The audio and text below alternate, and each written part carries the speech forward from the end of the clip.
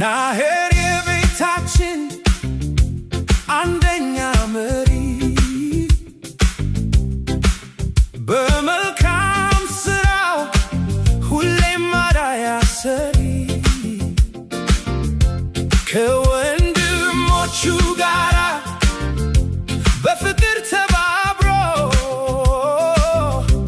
ይመራል ቤታችንን በደስታ አሸብርቆ